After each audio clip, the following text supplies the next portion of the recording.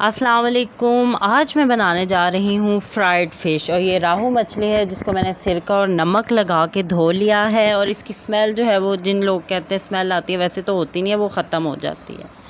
ये पाकिस्तानी मसाले हैं जिसके साथ जो है वो मसाला बना दिया 1 किलो मछली के लिए। इसमें अजीनोमोटो, लेमन जूस और ऑयल है जो ऐड किया है मसालों में। अब जो भी है तुसी मसाला बनाना है ਉਹਦੇ 1 किलो मछली ਜਿਹੜੇ पीस तुसी कराए ने ना उन्होंने सुट्टी जाओ, जिमें मैं सुट रही हूँ गुस्से नाल। बहरहाल आराम से डालना है आपने। और इसको जो है वो आपने ये जो मसाला बनाया है हमने, इस मसाले में हम इसको अच्छे तरीके से जो है वो मिक्स करेंगे। जिस तरीके से मैं ये कर रही हूँ आप लोग देख भी रहे होंगे। अब आपने क्या करना है, अच्छे तरीके से जब मसाला तमाम फ़िश के पीसेस को लग गया तो हमने इस को जो है वो बिल्कुल थोड़ा सा नमक डालते हैं हमेशा फ़िश में, और नमक हमेशा एहतियात से डालते हैं। अब एक बॉल में मैंने इस मछली को निकाल लिया। अब मैं इसको 4 से 5 घंटे के लिए रेस्ट दूंगी और मैं इसको जो है वो फ्रिज में रख दूंगी। अभी इस वक्त आप ये जो मछली देख रहे हैं, ये 5 घंटे के रेस्ट के बाद जो है वो मैंने निकाल की, जो वीडियो का जो क्लिप है आप देख रहे हैं।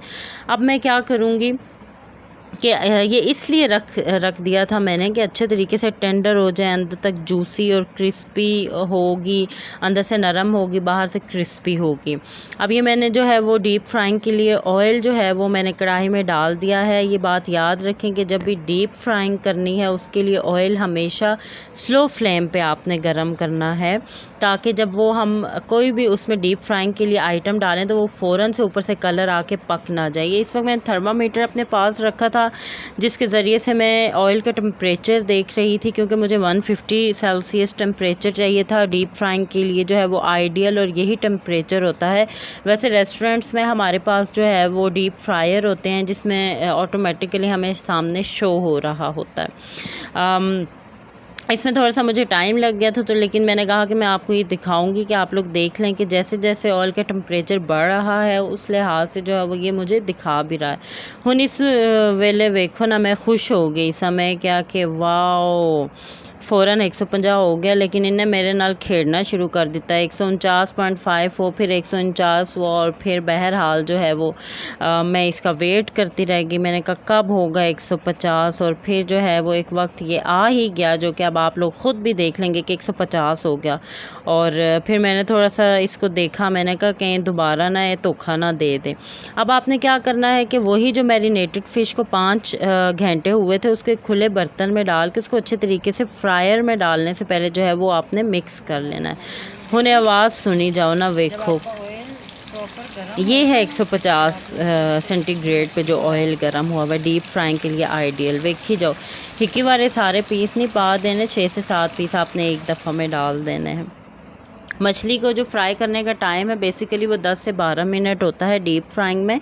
आपने 6 मिनट एक तरफ से पकाना है और दूसरी साइड से जो है वो 6 मिनट पकाना है। फ़ौरन से डाल के जो है वो फ़ौरन से इसको हिलाना ना शुरू कर दिएगा। बहुत सेंसिटिव होती है मछली को पकाना, तो इसलिए वो ज़रा जो है वो टूटने का ख़तरा होता है। आप देखें 6 मिनट के बाद मैं इसको हिला रही हूँ, लेकिन बहुत हल्के हाथ से, और देखें कितना ज़बरदस्त कलर इसमें आया है फ़िश का। अब ये इस तरीके से जो है वो दूसरी साइड पे मैंने टर्न करके रखा था, तो अब ये दूसरी तरफ से भी जो मछली है वो पक रही है। तो लीजिए भाई, ये मछली जो है वो हमारी तैयार हो गई है, और देखें कितनी ज़बरदस्त जो है वो लग रही है। इसका कलर बहुत अच्छा आया है, और पाकिस्तानी मसाले तो वैसे ही जो है वो खाने का टेस्ट बढ़ा देते हैं, और हम लोग तो हैं भी ज़रा देहाती किस्म के लोग, और हम तो खाते भी ऐसे ही खाने हैं। तो टिश्यू पेपर पे रखें इसको, जो है वो ऑयल इसका जो है वो स्टेन हो जाए, जो एक्स्ट्रा लेमन लाजमन सर्व कर दिएगा। और ये मैंने सादा से इतना ज़्यादा इसको डेकोरेशन नहीं की प्लेटर को, लेकिन ये कर दिया था। और ये देखें ज़रा किस कदर जूसी है। इसी के साथ ही समीर रशीद को इजाज़त दीजिए। अपना बहुत ख्याल रखिएगा।